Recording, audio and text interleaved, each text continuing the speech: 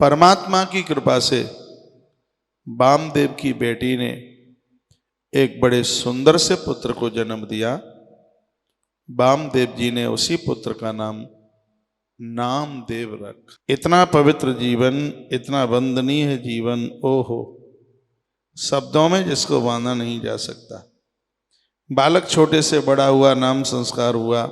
एक दिन की बात थी, ये बेटा अपने नाना जी से बोल रहा था, नाना जी आप विट्ठल प्रभु की इतनी सेवा पूजा करते हैं, कभी क्या ये मौका आप हमें नहीं दोगे? तब एक दिन वामदेव जी ने कहा, पुत्र मैं थोड़ा दूर जा रहा हूं और तुम भगवान की सेवा करते रहना। बालक खुश हो गया। नामदेव ने चूल्हा जलाया, उसके ऊपर कढ़ाई रखी और उसमें 2 सेर दूध डाल दिया, 2 लीटर दूध। बढ़िया उसको अधोटे का रूप दिया, दूध बना के तैयार किया। भगवान विट्ठलनाथ जी के सामने भोग लगाने के लिए रख दिया है। नामदेव जी बार बार विनती करते हैं, कहते हैं नाना जी के आगे तो हाल पी लेते थे, अब का तुम्हें शर्म लग रही है। 2 दिन हो गए, विट्ठलनाथ ने दूध नहीं पिया। तीसरे दिन का समय था, नामदेव बालक की आंख में आंसू थे और कहा, विट्ठल प्रभु यदि तुम दूध नहीं पियोगे तो मैं तुम्हारी देहली पर मैं मर जाऊंगा। सामने एक चाकू पड़ा हुआ था, छुरी, और नामदेव ने उसको उठाया। कहा, प्रभु या तो आप दूध पी लीजिएगा और नहीं मैं अपनी गर्दन काट के नीचे गिराए देता हूं।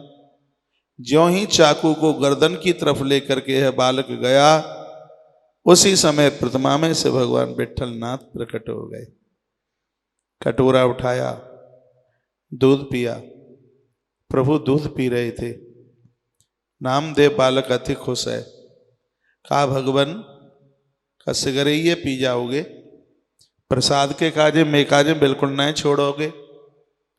हमारे नाना तिहाई पूजा करते, तुम्हें दूध पियावत है, तो बिन के आगे तो कटोरा में तुम दूध छोड़ देते, नाना जी प्रसाद में मोई देते दूध का, तुम आज मेरे काजे जामे से दूध बिल्कुल नहीं छोड़ोगे। भगवान ने कटोरे में दूध छोड़ा है, नामदेव ने उसको पान किया है।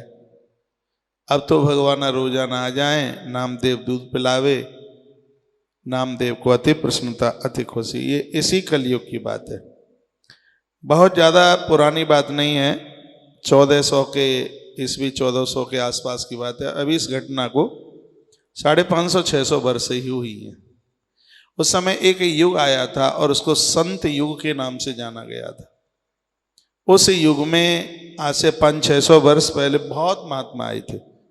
रैदास उसी जमाने में आए थे, कबीरदास जी आए थे, रहीम जी भी उसी समय आए, गोस्वामी तुलसीदास जी भी उन्हीं दिनों में चल करके आए, कबीर साहब आए, गुरु नानक देव आए। ऐसा लगता था कि संतों का एक युग चल करके आया था और लोगों ने उसको महापुरुष युग के नाम से भी जाना। इतना वह अद्भुत समय था। और उसी युग में नामदेव जी आए। कुछ दिनों के बाद नाना जी बाहर से आए और आकर के देखा कि मैं देखूं तो सही कि नामा ने पूजा पाठ कैसा किया है। देखा तो मंदिर तो चमक रहा था, ऐसा लग रहा था कि भगवान मुस्कुरा रहे हैं। तो वामदेव जी ने अपने देवते नामा को कहा, अरे नामदेव, पूजा ठीक से चली?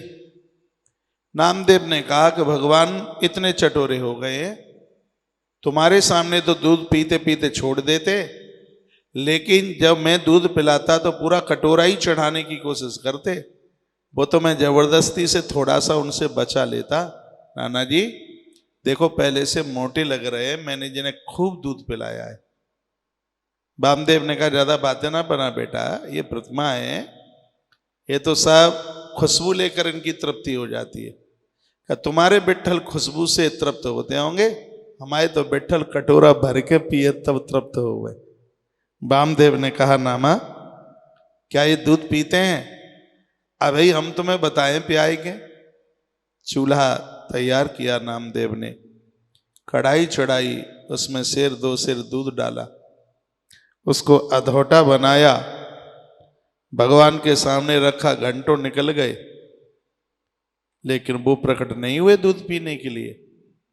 तब नामदेव ने कहा कि आज हमारी बिगाड़ हो गए, रोज तो प्रकट है दूध पी लेता है, छोड़तना है कटोरा में बिल्कुल। और नाना जी ने आज हमारी परीक्षा ले वो चाहिए तो मुंह लटकाए के बैठे हो, दूध ना पियोगे, ना पियोगे तुम, फिर कहीं तुम नहीं पियोगे।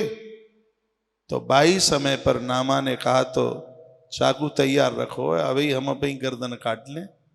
नामदेव ने चाकू उठाया और जैसे ही गर्दन पर चलाने को तैयार हुए, अब नामदेव की कथा सुन करके तुम लोग ऐसा मत कर बैठना, हाँ सो तुम चकुआ लेके तैयार रह जाओ और आपत्ति आ जाए।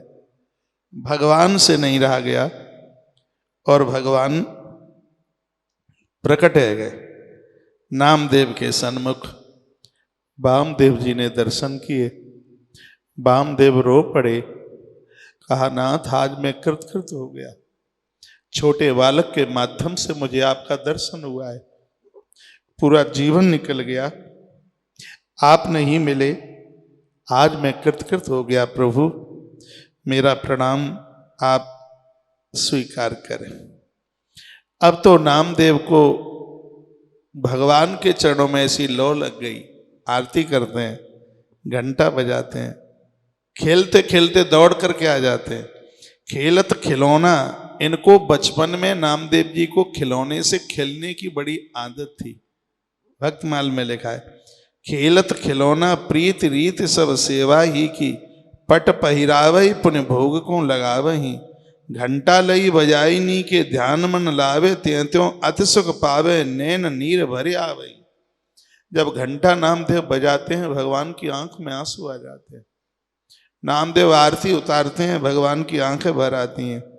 बार बार कहे नामदेव वाम देव जूसो, देवो मोय सेवा माज अति ही सुहावई, जाऊं एक गाम फिर आऊं दिन तीन मध्य, दूध को पिबावू मत पीवो मोय भावई।